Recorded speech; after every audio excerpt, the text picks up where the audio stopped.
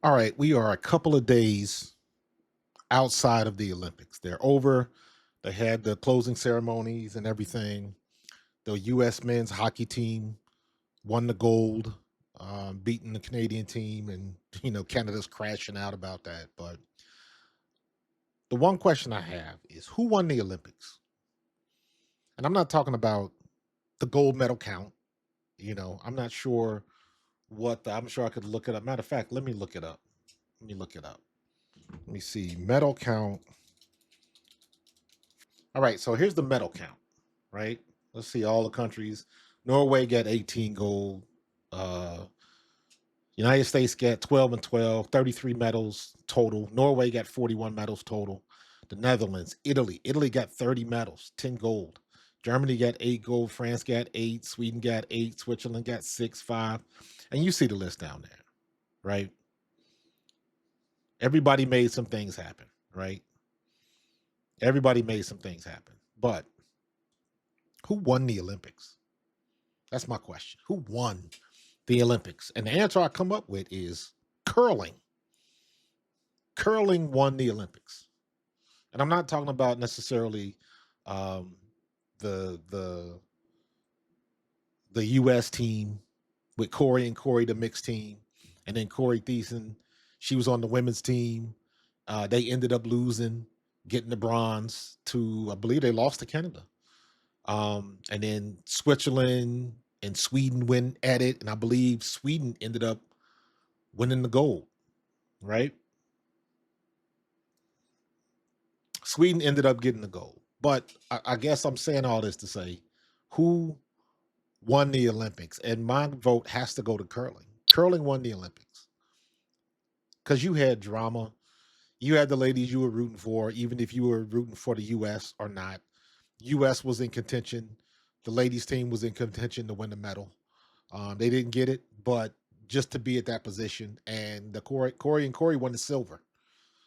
So that was a big accomplishment for the U.S. But just the attention that curling got this Olympics, maybe it was just me, because I did a lot of videos about curling and seeing what was going on, watching the games, watching the U.S., watching the Swiss, heck, watching Italy. Everybody was watching Italy. Um, and it was fun to watch. I didn't know crap about curling. I've seen it not a million times, but I've seen it a lot. Little fuzzy on the rules. I know a lot more about the rules now than I did when I began it. But the reason I say is that curling won the Olympics is because you got people that are genuinely interested in curling that weren't before.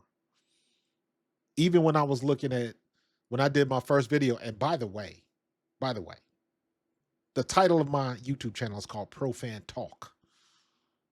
And most of my content is football, NFL, and the Philadelphia Eagles. I'm a former Philadelphia Eagles. So my content is very American football centric. When I started covering curling for the Olympics, I got the best video I've ever done as long as I've been YouTubing. I'm at 160,000 plus. I had two videos go viral. Both of them are about curling. One is at 96,000, I believe. The other one, like I said, is over 160. And I do football stuff. So for me, I look at that as curling won the Olympics because they broke the threshold. I have this thing I talk about. When you break the threshold, that means if you're talking about curling to somebody that would never watch curling, they'll at least be able to follow the conversation.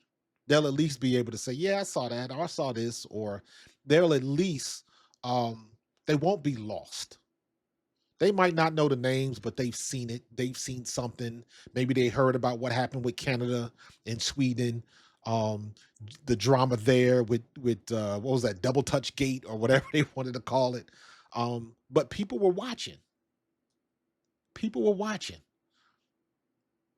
and people were genuinely interested in it. That's Corey on the left right there. They ended up the mixed team ended up winning the silver. So you had people genuinely interested in what was going on. And that with her never whole would have team happened before. struggling in the tournament. Never. So it's I count that as a win for curling. Now, rest assured, I'm going to go back and I'm going to go through YouTube and I'm going to look for other curling matches just to see what I can find. Because I enjoy it now. Now I want to see it. Now I want to watch it. I did a video about was this the best shot ever? Um, and folks came out of the woodworks. Some people were like, yeah, that's great. Other people were like, clearly you haven't been watching curling if you think that's the best shot. Well, no, duh. No shit, Sherlock. I haven't been watching curling, but I was at least interested and excited about it enough to recognize that that was a good shot. And then everybody came with their stuff. Oh, you should have saw this match 3 years ago. You should have watched this match 8 years ago with the men. And people were giving me comments, and you know what? I'm gonna go through them comments and I'm gonna look up some of them shots, see if I can find it on YouTube because it's fun. It's fun to watch. At least I enjoy it now. Let me tell you how much fun I had watching curling. I bought a game on my MetaQuest, on my VR unit. It's a curling game. So now I got to play curling on my MetaQuest. Maybe I'll stream that one day. Me doing curling in my VR headset.